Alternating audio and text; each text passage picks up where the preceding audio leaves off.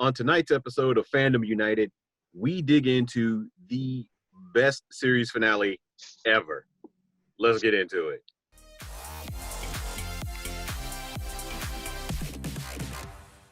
I'm Othello. I'm Aaron. I'm John. And I'm Rich. And by our fandoms combined, we're Fandom United. Thank you for joining us for another episode. Before we get started, make sure to hit the subscribe button and hit the bell icon for any notifications. And if you enjoy our content, hit the thumbs up. We really appreciate it, and it really helps the channel grow.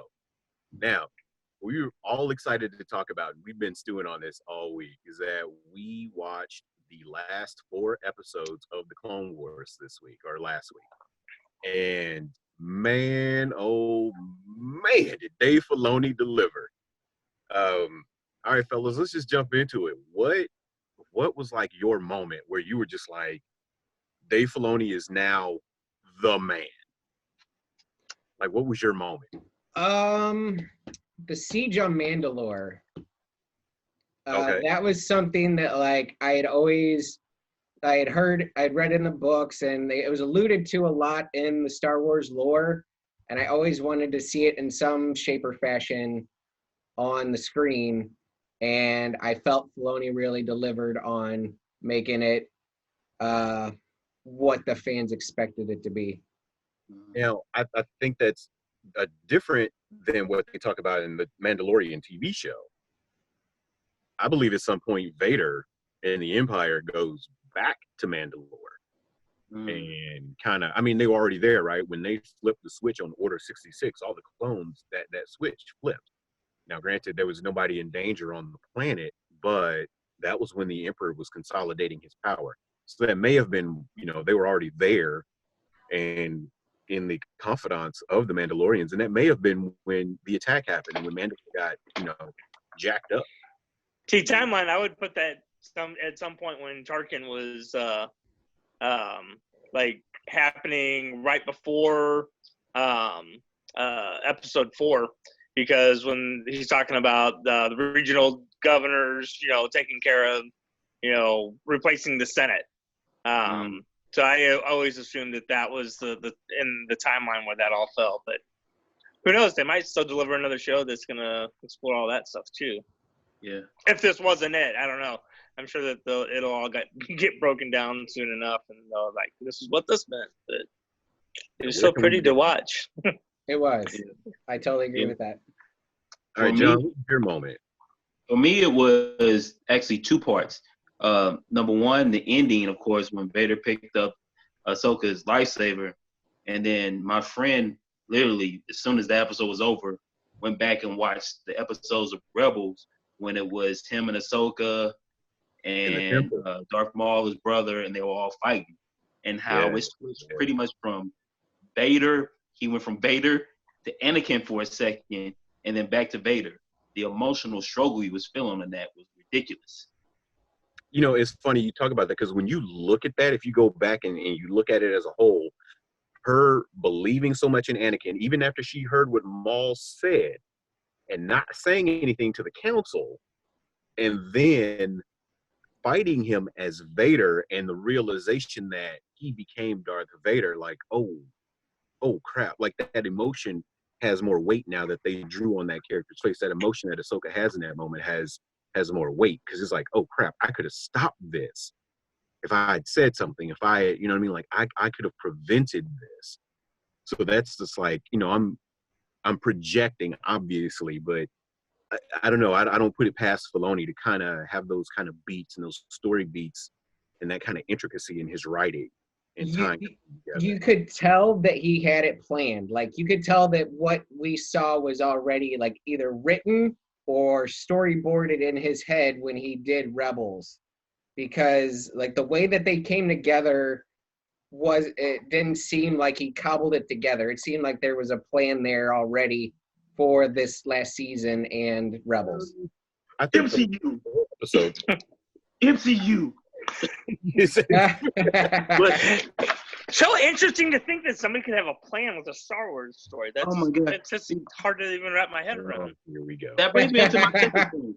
It almost makes you feel like how useless the last three. Othello, you're rubbing off on me, my brother. You're really rubbing off on me. It's almost feel like how almost useless the last three movies were. I'd rather delve deeper in the stuff that I already know happens after the Order 66 than the review again. You know, the last three movies is just this story that the in-depth and emotions that I have connection to these characters compared to I have no connections to what we've just seen over the past 6 years. That's true. And Filoni wrote circles around those dudes. Yeah. He wrote circles around them. Now, if we had gotten the original episode 9 script that Colin Trevorrow wrote, that I'm sure many fans have gone out online and searching if you haven't, depends on how angry you want to be. If you go and look up Colin Trevorrow original episode 9 script, it is a fantastic read. It was like, wow, this dude gets it. And I don't understand why they didn't make that film. Did you see, there's something here on YouTube, somebody like, it was kind of a funny spoof version, but they animated like a condensed version of the Trevorrow script. Yeah, it's fabulous. It's really good and very well done. And I'm disappointed in Disney execs not letting people, do what they need to do to make a good film. I understand trying to control the direction somewhat of the film, but if you were going to do that, then you should have had a Kevin Feige-like controlling voice to say, okay, we have different. I sincerely hope that Filoni becomes that. I hope that he becomes the John Favreau. I think it'll be Favreau and Filoni. Yeah, I think it's going to be a combo with them. But I mean, they're a good pair. They work great together. Yeah. And here's another thing that I wanted to point out. Like, what I also was impressed by Filoni is Filoni built Ahsoka like a animated character so big that like now she's to the point, and now he put her at a peak and then brought her into the live action onto The Mandalorian. Again, I think it was he had that planned. I have a theory about that, but I want to ask Rich what his moment was in the last 4 episodes. I get a lot of people that send me messages and stuff because I've always been a Star Wars guy, so people are like, "Hey, this new Star Wars thing, what's your thoughts?" and send me their thoughts. One of the things that the comment that I've seen several times and I just love seeing it is that the last 4 episodes made Revenge of the Sith a better movie. And yeah, I wholeheartedly agree with that. That's like, that is so true. And it made me kind of want to go back and rewatch it. And I don't really watch the prequels all that often. But when my 12-year-old came up and said, "Hey, Dad, can we watch Revenge of the Sith?" I'm like, you know what? Yeah, let's just go ahead and pop that bad boy in. And so we watched that one. And I'm waiting for the fan supercut. That's what I was gonna say. Come on, Aaron, where's it at? I'm waiting on that. If I had more free time, I would have done it. Oh, somebody's already working on it. I think either you or Rich sent me that text. Yeah, I shared it. Started working on it. I'm eagerly anticipating that work because I'm gonna pull it up on the big TV. I'm gonna sit down with my boys. We can get some popcorn and some snacks and watch 3.5, 4 hours of that movie with those last 4 episodes in it. And I think those episodes made me want to go watch that movie. I think it elevated the Clone Wars, or not Clone Wars, but episode 3, Revenge of the Sith. I think those last 4 episodes of Clone Wars elevated that film. Yeah. And made it a better film, because now all this time that we've been saying, well, where was Ahsoka during all of this? Now we know. And it was like, okay, that she has a really good reason for not being there. Even when she went away in like the regular seasons that happened, I didn't feel like that was a good enough explanation why there was no mention of her through anything else. And this really, it satisfied that for me. So yeah, that was really good. But your original question was, what was my favorite scene? I really liked the parallel scenes where she felt the order happening, that on the bridge when it went down and Rex walks away, got the order, and she can feel everything going on with Anakin, and she hears the Emperor and like all this stuff happening. I just thought that was cool to see that, because Ahsoka was always a well-written character, and Ashley Eckstein brought such a likability to that character too. So at first when I saw the original animated movie that came out in the theaters, I was not super impressed. In fact, I fell asleep in the theater. I feel really bad about that, but it happened. It was a really late show, and I wasn't that into it.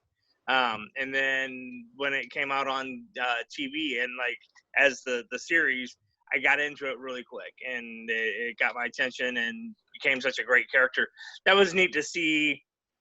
It was almost like where were you when John F. Kennedy got shot? None of us were alive, but I mean, where people were you from that when generation had that happened. Yeah. When 9/11 happened, where were you? There's a few events in history where where you were at, and define your generation. And for the people that would have been alive in this fictional world, where were you when Order 66 went down? I think it was cool to see, where she was at, because that was like, that had to affect her. I mean, she was still a Jedi. Was she hunted? Was she not? Now we know she was, and and I like to see that, the redemption of Rex to that too, because I always wondered, how did he make it through Order 66 and then become the grizzled old man that we saw in Rebels? So it satisfied a lot of things for me.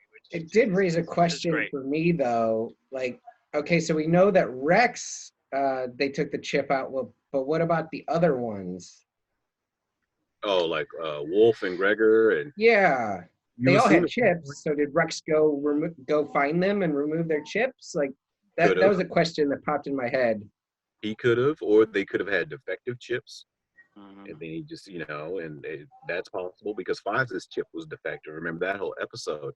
And that's how they discovered the chips. It's because his was defective. So, he was good. I'm assuming that theirs are either defective, or Rex and Ahsoka find them and free them. Yeah, is my assumption.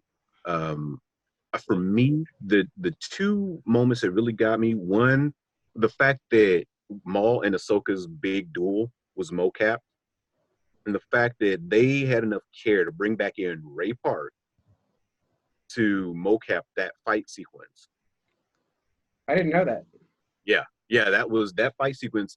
I remember sitting there with my son and watching it, and as soon as it started, and it kind of, there's a switch when they both ignite their lightsabers right before they strike, and he looked at me and goes, "Dad, that's mocap." Like, he just knew. He was like, "That's real people moving." And to watch that amazing fight scene, and then to read later on, like, they brought back Ray Park, the OG Darth Maul, to do that fight scene. Just, that's the kind of they could have brought any martial artist in with, to do staff fighting.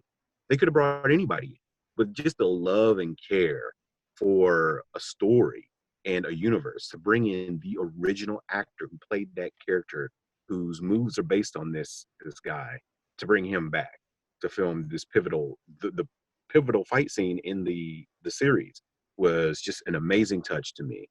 And I would say my second moment, of course, is Order 66. And the moment that really strikes me is Rex trying to fight it, with tears streaming down his face, trying to fight it. Fighting Fives. And then, when Jesse showed up, my oldest son got emotional, because he has such an excellent memory, and so he knows who Jesse is.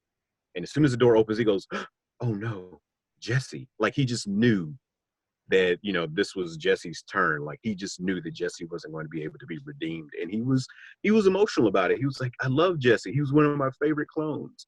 And it was just kind of like, wow, like, it hit him that this is. I think what Dave Filoni did with the Clone Wars is he made the clones relatable, giving them names and different personalities, and he made them relatable, and he made you care about them. So Order 66 actually has more weight the way he wrote it, as opposed to what it was portrayed in the movie. So he's wow. This bonus season that we got here definitely made me just deepen my love for Dave Filoni. The guy understands Star Wars in a way that I don't. I even wonder if George Lucas does. I mean, if you hear him interviewed, Dave Filoni, just the reverence that he has for George Lucas is it's pretty cool. I mean, because I personally think he's a better writer than George Lucas in many ways. George created the world or the universe, but I think Dave is the person who's played the best in it.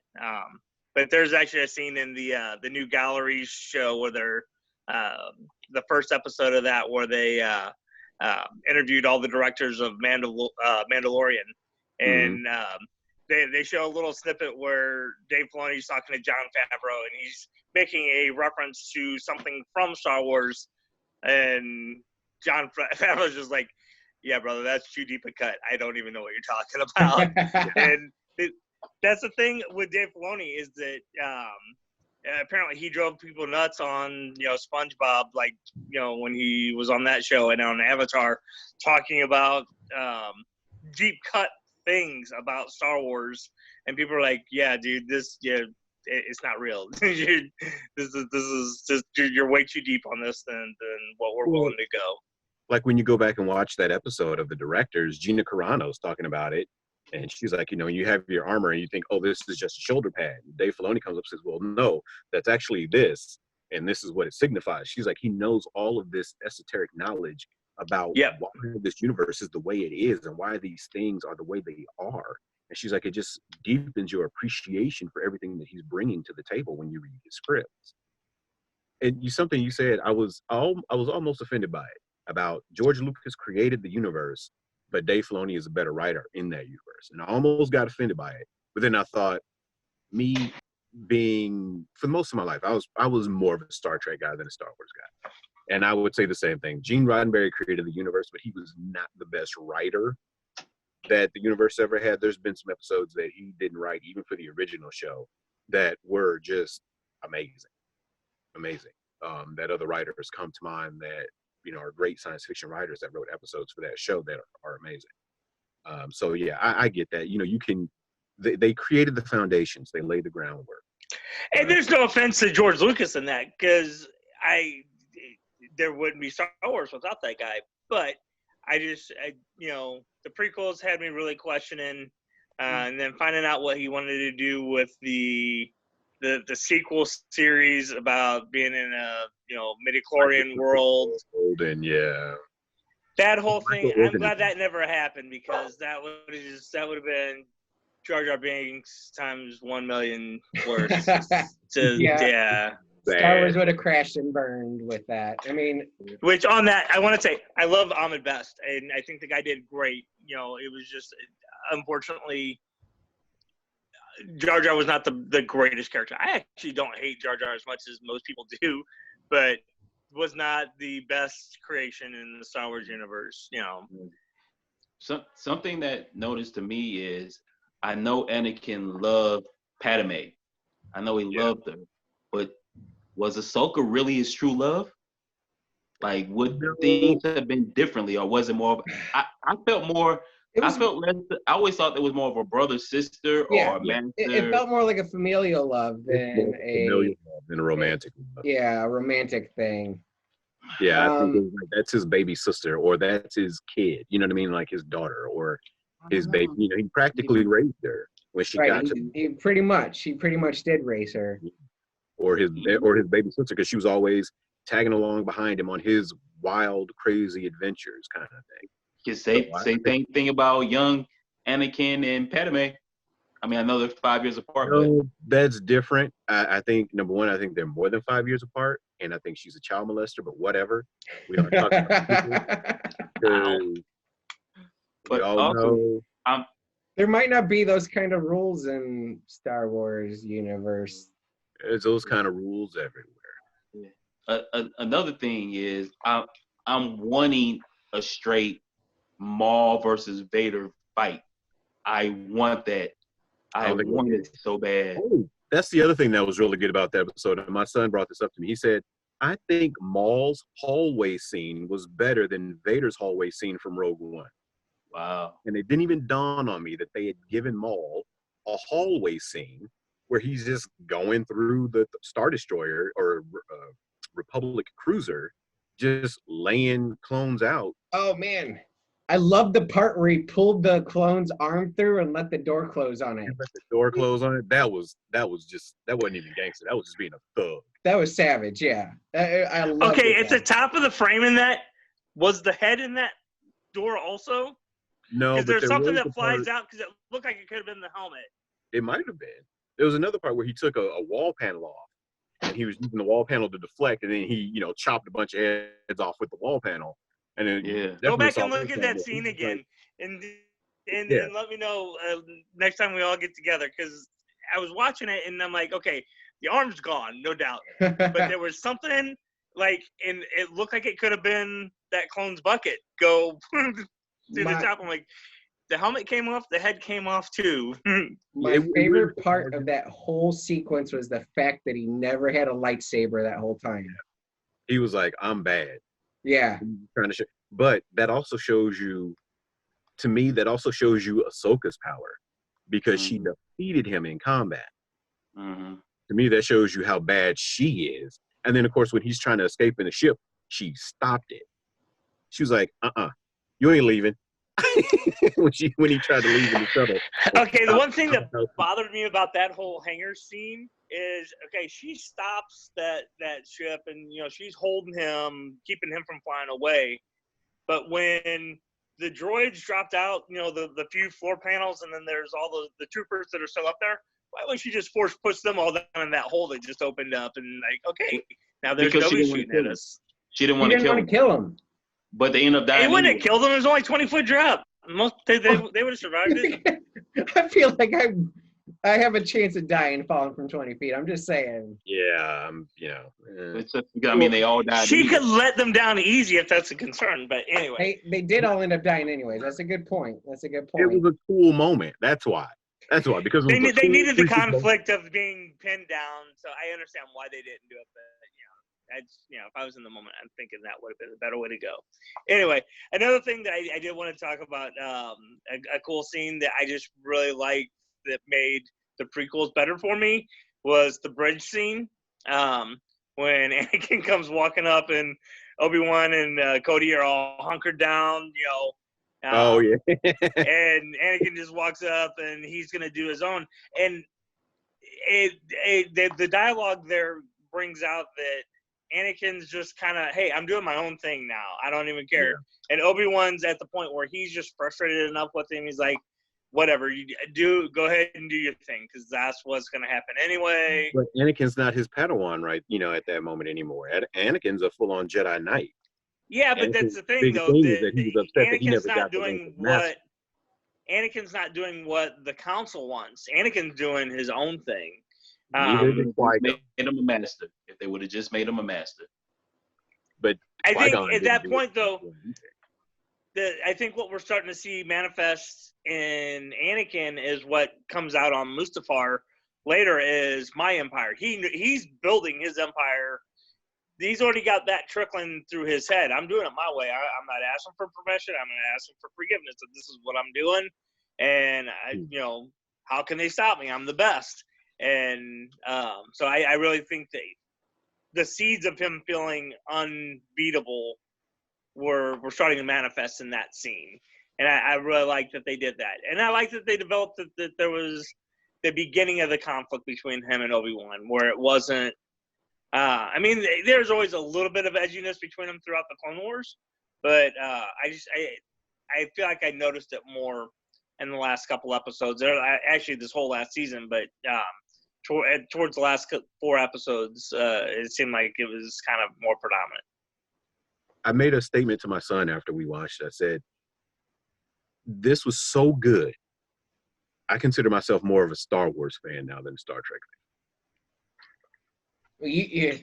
You've been let down by Star Trek quite a bit lately, so I'm not totally surprised. Your heart grew 2 sizes. I think something to Rick about it. because I feel that there's more hope with somebody like Favreau and Filoni in the future of Star Wars than there is with the individuals that are currently running Star Trek. I think there's You more say hope. running or running? Yeah. You heard what I said. So some of it I like, some of it I I heard don't. what you meant. Let's see. Anyway, your last word on Clone Wars finale. Anybody else before I talk about the news? I brought this up in the pre-show, but I think that the first 8 episodes might as well have not even been on. And you know what? I think you said something about it. It seemed like it was earlier in the show about it being like a cohesive plan, that this had been planned all along. I think the last 4 episodes were planned all along. Right. First 8. Yeah. Excuse me. The first 8 didn't seem like that. I enjoyed the Bad Batch episodes, but you know, I didn't like the episodes with Ahsoka in the Coruscant Underground with the sisters. That seemed forced to me. It just didn't. It didn't feel as well as the last 4 did, right? You know, you could just tell it just didn't flow as well. So I don't think those were written back then. I think those were written more recently and just kind of like, okay, let's get these done and get them animated so we can get this show out. We need to talk about the Mandalore. So get there. All right. So I saw on the Hollywood Reporter this week that Tamora Morrison, Jango Fett, aka the clones in all of the prequel movies, has been cast to return to the Star Wars universe in Mandalorian to play Boba Fett. So holy crap. Now, there's a lot of speculation that in the episode of The Gunslinger, when Ming-Na Wen's character got shot, that the spurs in the cape that you see at the end is Boba Fett. A lot of people are speculating that was Boba Fett standing there over her, and that you're going to see Boba Fett again. Why Boba Fett would have... I don't understand why Boba Fett would have spent this entire time on Tatooine. Well, what is this, like 5 years? Didn't have to sit there. It's what, 5 years after Return, though? Yeah. Right? It's 5 years after Return of the Jedi. Right? Yeah. I think in 5 years, if he was able to escape from the Sarlacc or cut his way out, whatever, that he would have managed to find his way off world. I mean, there is no... But he could have gone back for a job. Maybe. He was familiar with Tatooine. I mean, because he obviously went there and had been working for Jabba there for a while, and he'd go out, do missions, or collect bounties throughout the galaxy and bring them back to Tatooine. So, I mean, it might have just been familiar stomping ground. Oh, hey, look, I'm going back to Tatooine because I got, there's a job there. I remember some stuff happened there. Now, it'll be interesting for me to see this because George Lucas has already said that Boba Fett is not a true Mandalorian. He just wears the armor. And that'd be a good reason for him to fight with the Mandalorian, though. I think that's what we're going to see is Din Djarin versus Boba Fett. And that'll really split the fandoms, down the middle, because so many of us are Mandalorian fans because of Boba Fett, because the armor looked cool or whatever. And now, But Din Djarin isn't a true Mandalorian either. But he is. He's an orphan that was taken in by the Mandalorians. Because that's how they keep it going. He was a foundling. That's how they keep it going now.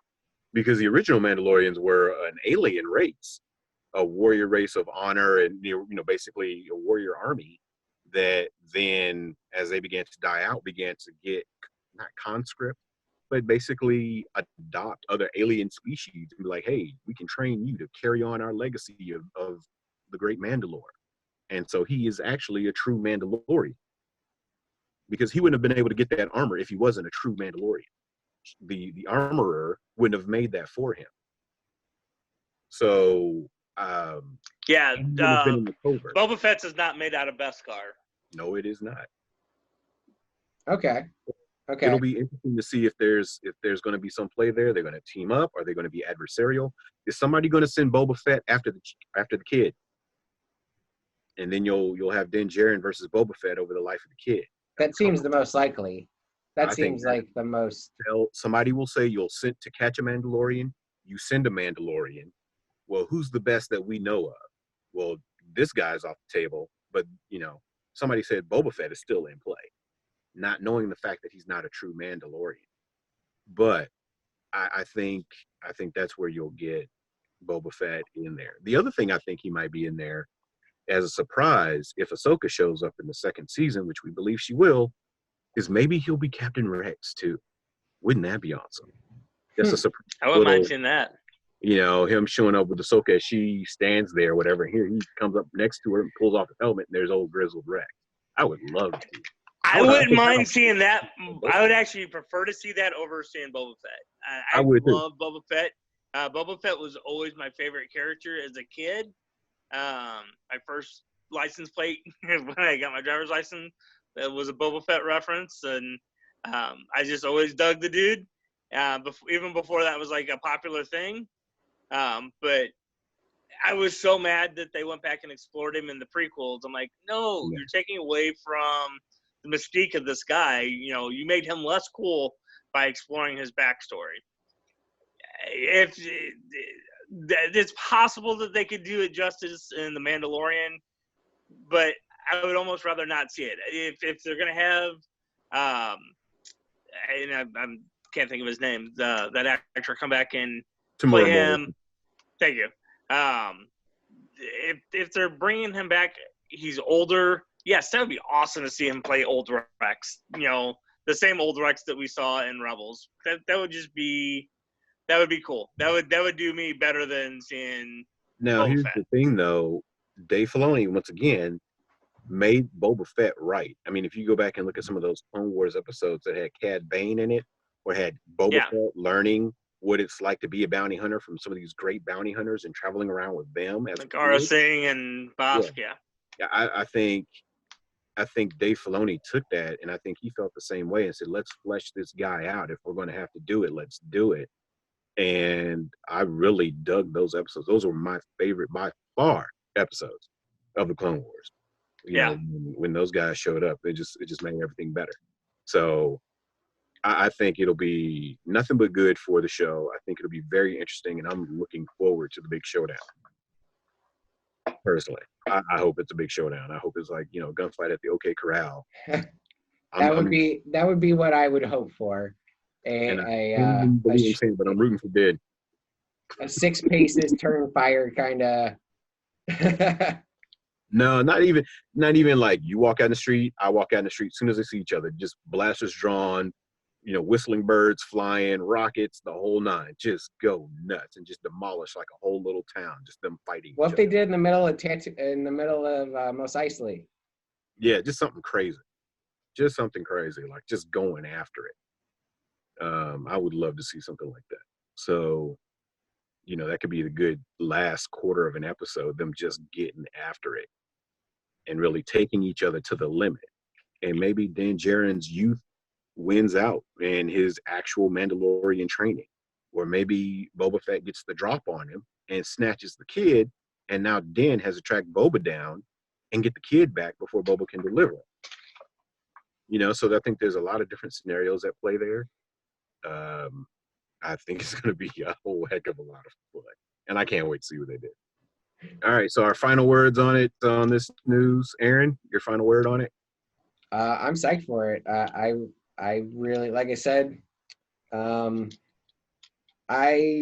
didn't ruin the mystique for me when I read the Boba Fett comics back in the day. So, and Boba Fett was one of my favorite characters, and Ahsoka is one of my favorite characters. I hope Ahsoka is a main part of episode or season 2. I hope she's just not a throw-in.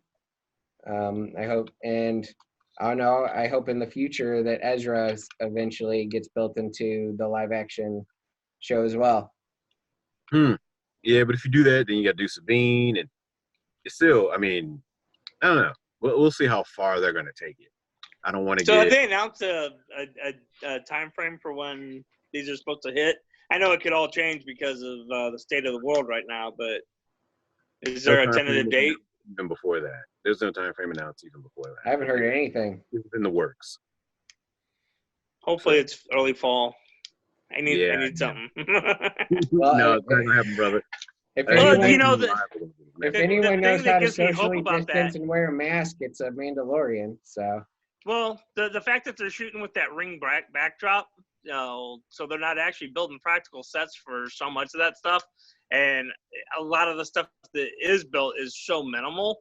I didn't realize how little that was actual like practical set.